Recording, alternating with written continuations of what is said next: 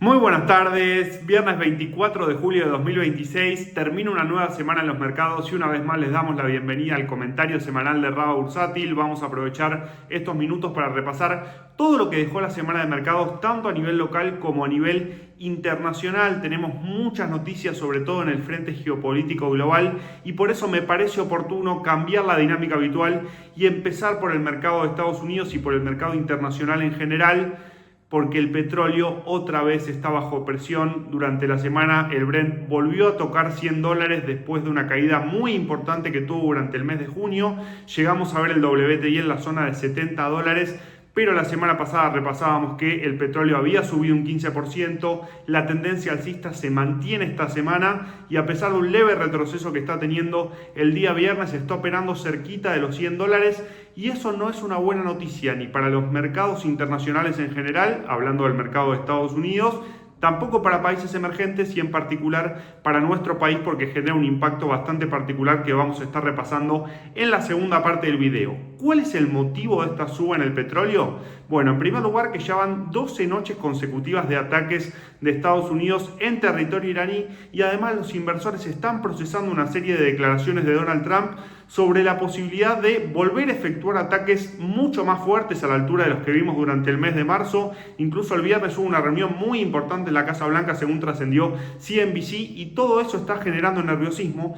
Pero no viene solo del lado de Estados Unidos. ¿Por qué les digo esto? Porque el martes se dio a conocer que los hutíes de Yemen cerraron o interrumpieron el tráfico, mejor dicho, en el estrecho de Bab al-Mandeb, que es por donde pasa el 15% del petróleo del mundo, y más o menos el panorama está así ahora. El estrecho de Hormuz tiene un tráfico muy errático que está muy lejos de estar normalizado y recordemos que por esta región pasa el 20% del petróleo global. Y por otra parte, sobre el estrecho que les acabo de mencionar, que cerraron los hutíes de Yemen o que al menos están interrumpiendo el tráfico, pasa el 15%. ¿Qué quiere decir esto? Que el 35% del suministro de petróleo global está comprometido y las cotizaciones del crudo no hacen más que reflejar esa situación. Y también esto genera un impacto muy pero muy importante en las tasas largas de Estados Unidos, porque después de un tiempo volvimos a ver a la tasa a 30 años por encima del 5,2%, nivel que no veíamos desde el año 2007. La tasa a 10 años llegó a negociarse en el 4,68%, un nivel que no veíamos desde enero de 2025. Y todo esto, por supuesto, genera un bajo apetito por el riesgo a nivel internacional y por otra parte también tiene un impacto puntual en Argentina, porque a pesar de una buena noticia que repasábamos o que vamos a repasar, mejor dicho, sobre la recalificación de Moody's, el riesgo país subió a 440 puntos de la mano de, como se dice, un sell-off de bonos a nivel global y también seguramente puede llegar a poner algo más de presión en la inflación o al menos pausar todo este proceso de desaceleración, teniendo en cuenta que en este contexto es más difícil bajar los precios de los combustibles, tal vez como esperaba el mercado hace algunas semanas. Y en todo este panorama global, el S&P 500 y el Dow Jones cierran un punto negativo en el acumulado de la semana y por otro lado, el Nasdaq, el más castigado, también con un retroceso de 2,5%. Y otro de los temas centrales tiene que ver con la temporada de balances. Pero antes de hablar de eso, tenemos que hablar un segundo de lo que va a pasar la semana que viene en la próxima reunión de la Reserva Federal, porque de la mano de todo este movimiento de las tasas de Estados Unidos, empezaron a aumentar en el margen las probabilidades de que la Reserva Federal suba las tasas la semana que viene. Hace una semana atrás las probabilidades estaban en 87% que se mantenía y 13% que se subía. Ahora, de la mano de todo este movimiento, estamos en un escenario de 64% se mantiene, 36% se sube. Creo que el escenario base sigue siendo que la tasa se va a mantener, pero atención con este dato. La próxima reunión de la Reserva Federal, la posterior a la de la semana que viene, va a tener lugar en el mes de septiembre y ahí ya el 80% de los operadores considera que la Reserva Federal va a tener que subir la tasa a 25 puntos básicos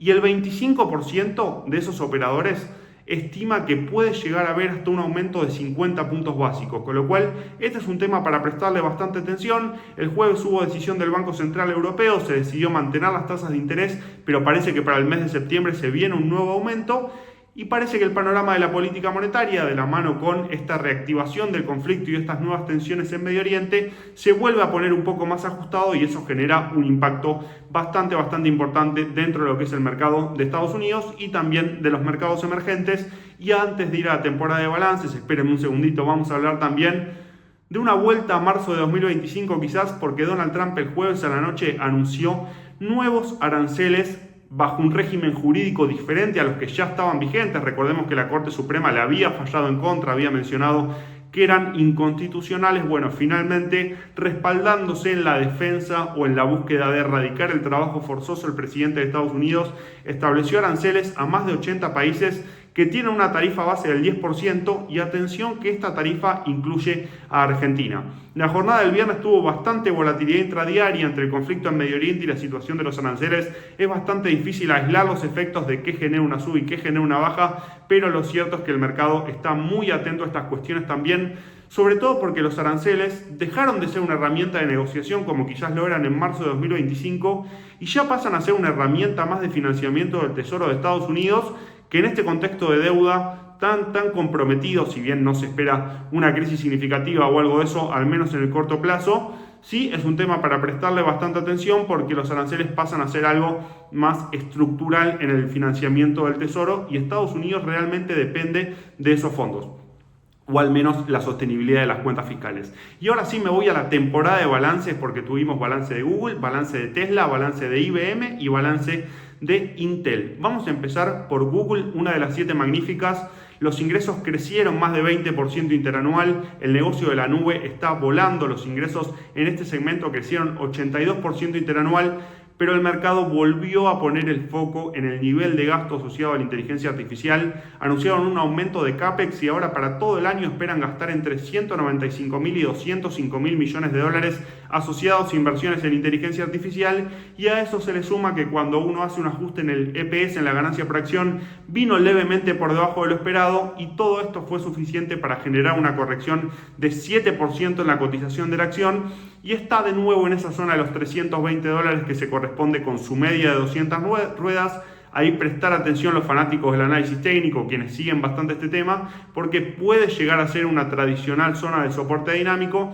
De igual manera, el mercado está para ser bastante cautelosos. Para perfiles agresivos creo que puede ser una oportunidad de largo plazo a estos precios. Y pasando también a lo que es el balance de Tesla, acá sí el impacto fue bastante más duro porque las ganancias por acción vinieron muy por debajo de lo esperado, los ingresos superaron las estimaciones, pero el mercado la castigó con un retroceso de 14% en la rueda posterior a la publicación del balance, que fue la de jueves. El día viernes continuaba con su retroceso, caía otro 3% hasta la zona de 308 dólares, un papel que está cotizando a múltiplos de evaluación muy exigentes, que tiene toda una narrativa de largo plazo que está muy bien construida, pero de igual manera el mercado, cuando los números no aparecen por ahí, se pone un poquito más escéptico. Y por otra parte, tenemos que hablar de esto porque es una empresa que está bastante asociada, porque tiene que ver con la participación de su CEO. SpaceX ya se negocia cómoda por debajo de su precio de oferta pública inicial. Recordemos que salió a la zona de 100, salió en 135 dólares,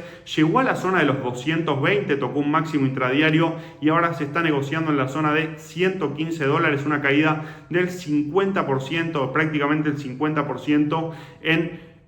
poco más de un mes de que salió a cotizar. Así que estos papeles, como ya les venimos anticipando y como dice siempre Edu, son para estar bastante cautelosos y por el momento son un cuchillo cayendo. Pasamos al balance de IBM, que un poco repasábamos durante la última semana porque se publicó de una manera bastante polémica en forma preliminar, pero los números que se dieron a conocer son ingresos y ganancias por acción que vienen por debajo de lo esperado. El mercado al principio reaccionó a la baja, llegó a ese soporte clave de 204 dólares, que es un soporte estructural de largo plazo, podemos decir, y rebotó donde tenía que rebotar, porque en la rueda del viernes está subiendo un 4%. Por ese motivo, para quienes tienen IBM, sobre todo a quienes la tienen en pérdida,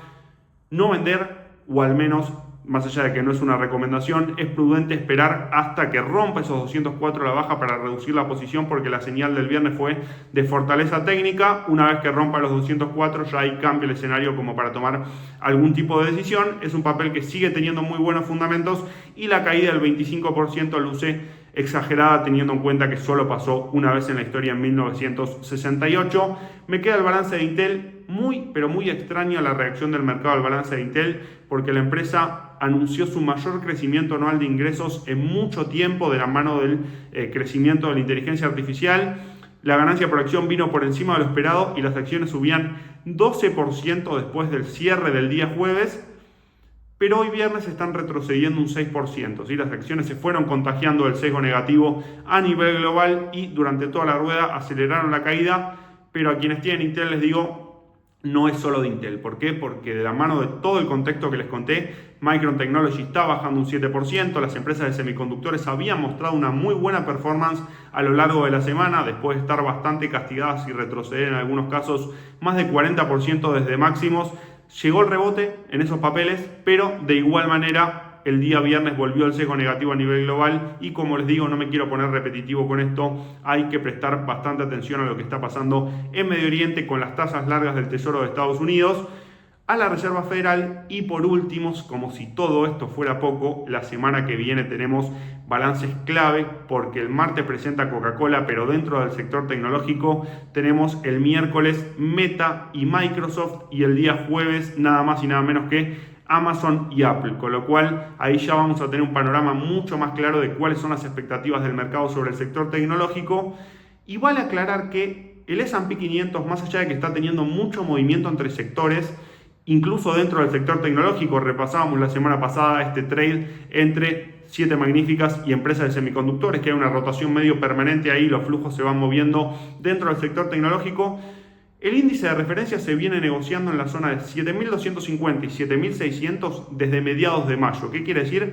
Que hace 3 meses estamos en la misma situación, en ese mismo rango de precios, viene lateralizando en esa zona y a partir de la dinámica del conflicto en Medio Oriente y también de los balances corporativos es que vamos a tener una definición seguramente al alza o a la baja. Las posiciones de largo plazo son para mantener, pero es para revisar un poco este contexto que estamos viendo. Cualquier noticia positiva puede generar un rebote, pero cualquier comentario de Kevin Walsh o cualquier escepticismo del mercado respecto de la situación de las inversiones en inteligencia artificial pueden seguir generando ruido y les repito que lo que está pasando en el mercado de bonos no es una pavada. Y ahora sí vamos a hablar un poco más de lo que es el contexto local y para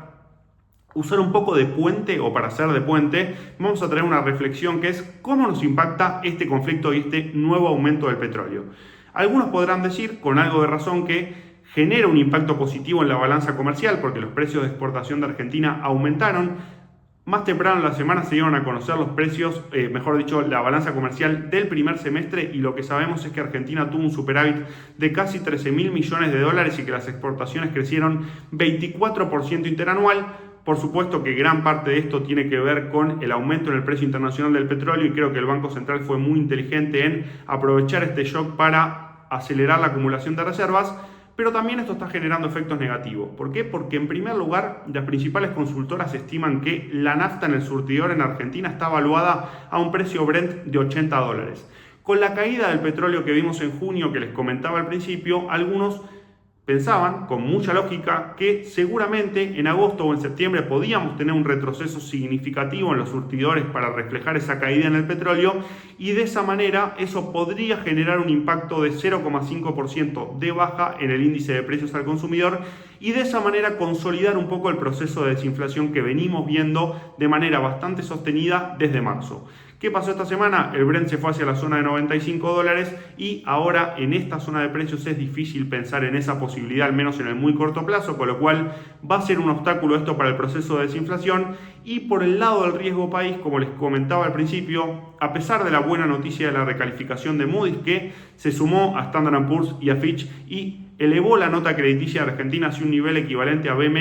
el riesgo país se fue a la zona de 440 puntos básicos, ¿sí? Esto no responde a una cuestión particular de Argentina, sino que cuando vemos EMB, que es un ETF de bonos de mercados emergentes, bajó un 1% durante esta semana. Eso habla del efecto negativo que tuvo toda esta dinámica que les describo en el mercado de bonos a nivel global, y Argentina, más allá de los fundamentos,